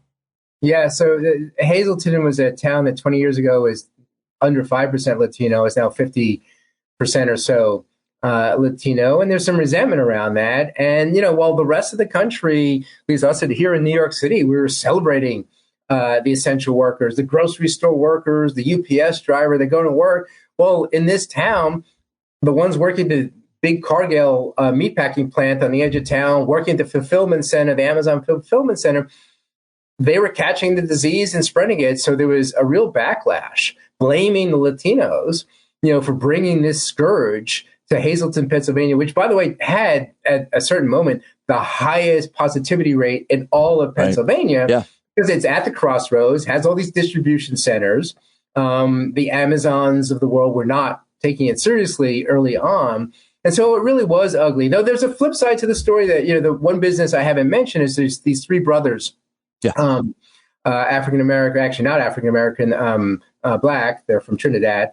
They're born in Trinidad, came as kids behind this craft chocolate maker called Sol Cacao. And, they sold mostly through in-person events, in a store, at a festival, and specialty shops, cheese shops. And then there were no in-person events, and no one was going to small little specialty shops in those first months. And they thought they were doomed. Their business had been around for 5 years. They thought they were doomed, but then, the horrific murder on film or videotape of George Floyd. And, that just changed it for them. There was all this awareness, this racial recognition, and they got all this attention. Wow. They had, bloggers and newspapers writing about them. They had concerned whites like, wow, I really should broaden who I, where I spend my money. And so 90% of their business had been in stores. Today, half their business is online. This is kept up. And most of the rest is corporations. Again, two things about that. One, the creativity, the nimbleness that they kind of shifted completely their business model, but also, a nice outgrowth for a horrific. Yeah. No, that is an interesting thing. I hadn't really heard an anecdote like that. So that's wonderful. The flip side of what people learn from how horrible the racism is when you see it on video like that and being like, maybe I need to do something different. It just, they were kind of anonymous and suddenly they were getting attention. And that's all they needed was this few months. There's a funny expression in the chocolate business, the bikini season. Basically between Mother's Day and Labor Day, no one buys chocolate. They're worried about their weight. It melts. It's not really the best thing to have in hot weather. And it's always the hardest time. They had, they made 3 times as much money as they normally would during the summer because of all this attention. Wow. They're having a horrific 3 months because they basically had no sales, whatever. And so that just kept them alive long enough to fight. And they're still at it today and doing far better than they were at the start of the pandemic. So, the another kind of bright spot out of an otherwise, awful set of circumstances. I just want to ask you one just general question, what your thoughts are on this.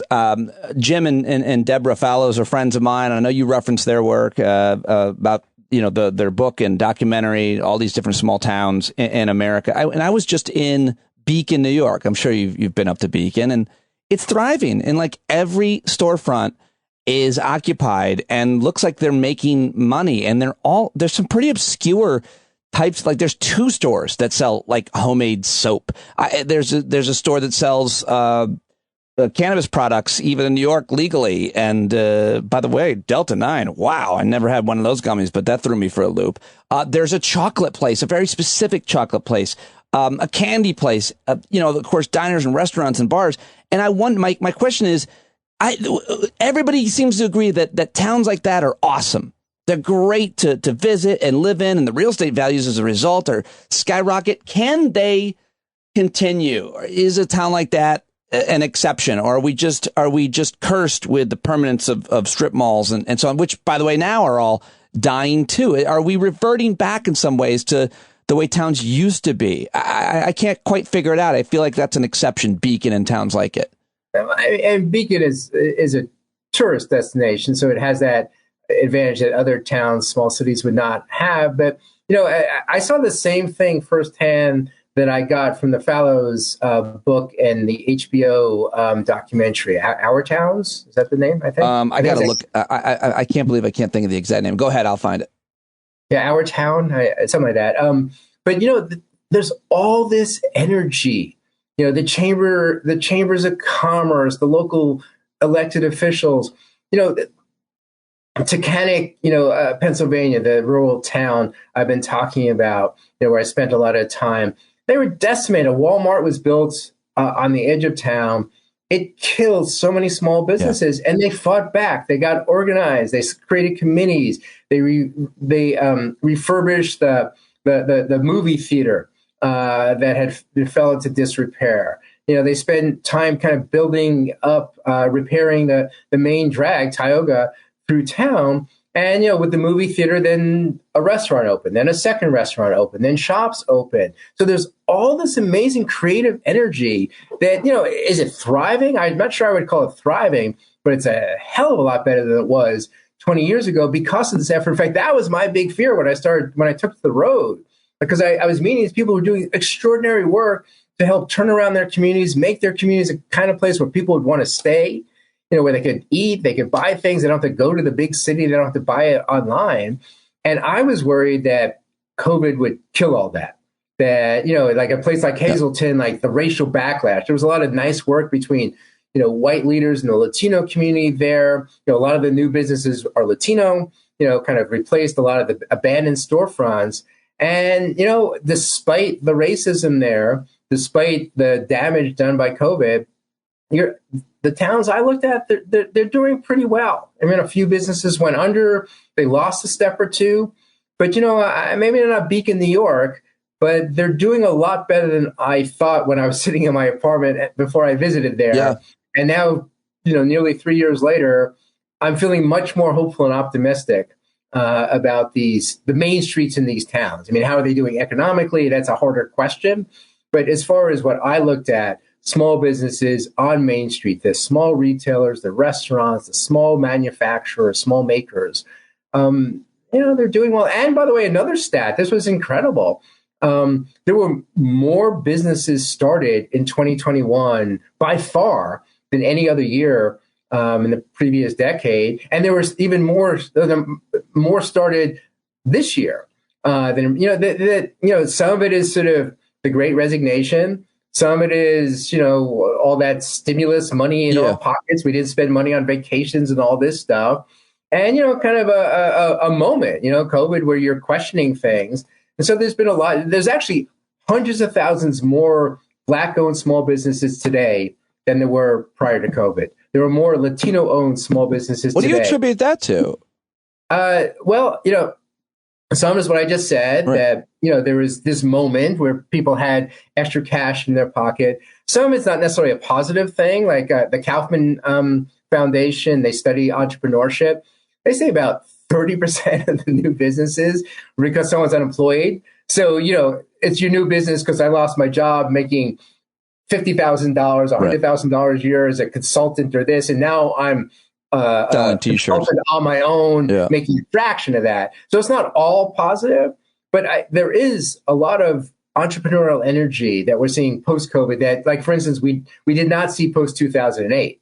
The Great Recession, subprime meltdown. It took 10 years before we got back to the same.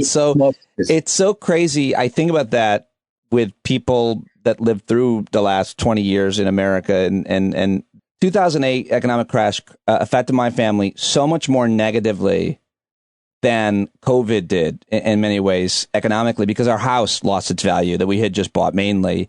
But, I was able to keep my job in corporate media through then. But then, COVID happened. Luckily, we didn't have any major losses in my family, but we had a lot of opportunity that was created as a result. And it's just so weird because it's always worse when you have millions of people dying as a result, but the economy, just the reaction, I think, from government to one versus the other was far different. You had a more traditional role, I feel like, of government in terms of the way they reacted with all of its flaws to COVID and the pandemic, in terms of just simply putting money out there, stimulus, government investment into the economy when needed, just more traditional Keynesian economics as opposed to the kind of fiscal policies that we saw as a result of the economic crisis of 2008, which was, caused by the financial industry. It was so different and so many different ways.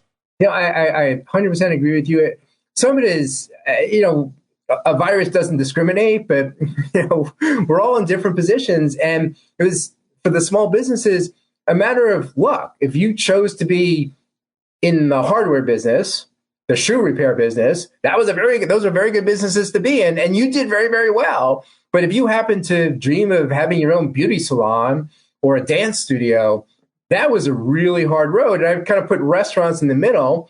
Outside my window right here, there's a restaurant that has a long space in front of it, and the place next door is empty. They put out like 25 tables, and they built one of those huge streeteries, kind of the outdoor restaurant that is smaller and more compact and more dangerous than the indoor restaurant, which was the solution. But, they were just lucky. Yeah. They had all this real estate. A favorite date place around the corner of my wife and I, they had one of those city bike stations in front where you kind of lock your bike. And so they had no place where they could put a streetery.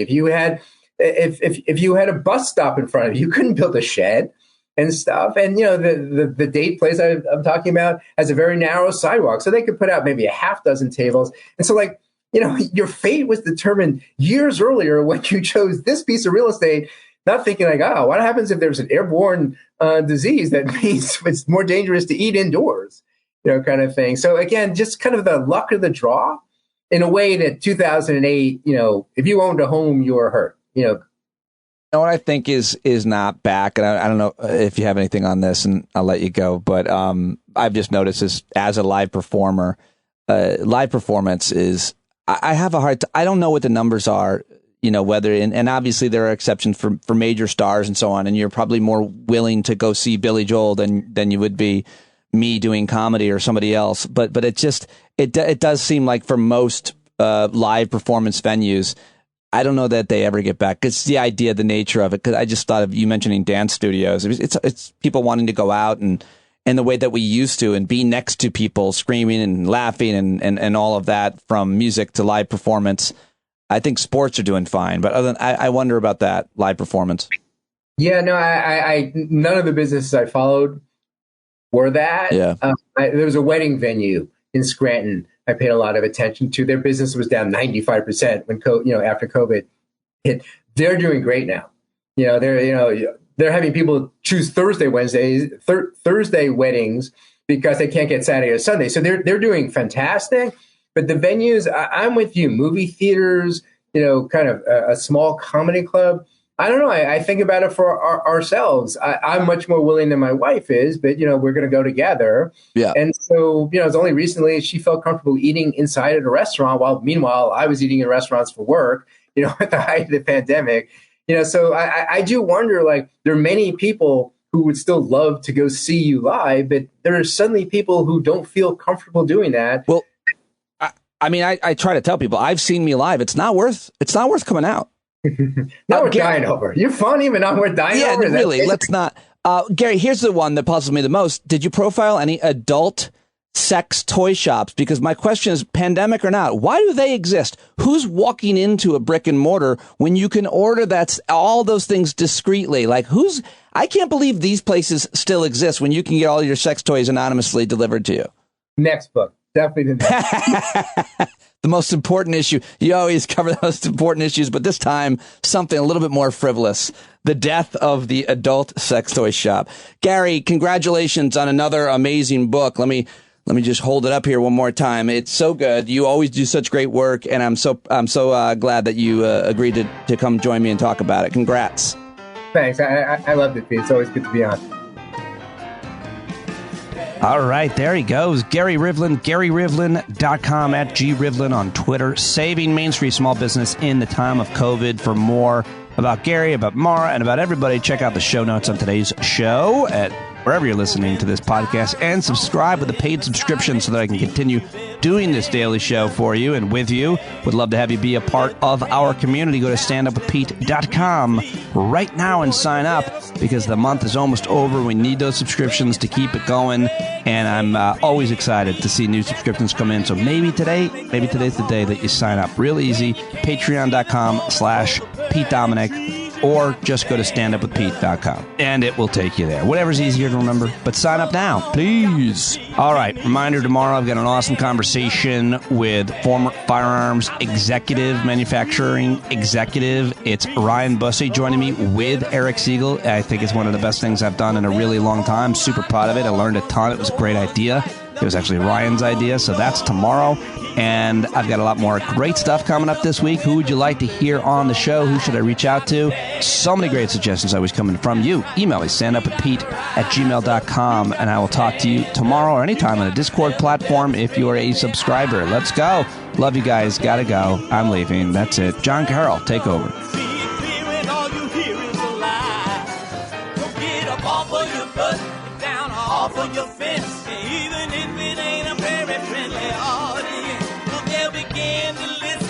Start making sense and you stand up. No need to point your rifle to defend your time.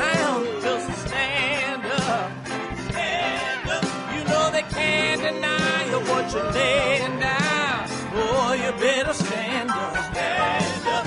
Show your face of every color, yellow, black, red, and brown. This is the place where every lost child will finally be found. There's only one thing to do before we stand our ground, and that's stand up. Stand up. Well, the founding fathers saw a land for all. They had to stand up. They had to stand up. They had a keen imagination for a crystal ball, drawing all the plans of stand up. But all they had to go on was the time they were in, with other causes for laws, and since they weren't even sin, they knew that change was gonna come before the change could begin. They had to stand up. All right, they had to stand up. We got to stand up. We got to look the devil square in the eye. We gotta let him know it's his time to go, and make it clear when all we hear is a lie. Why you lying awake wondering where the money all went? It'll be the cost of freedom that'll go unspent. You can see him flee the scene of that experiment if you stand up.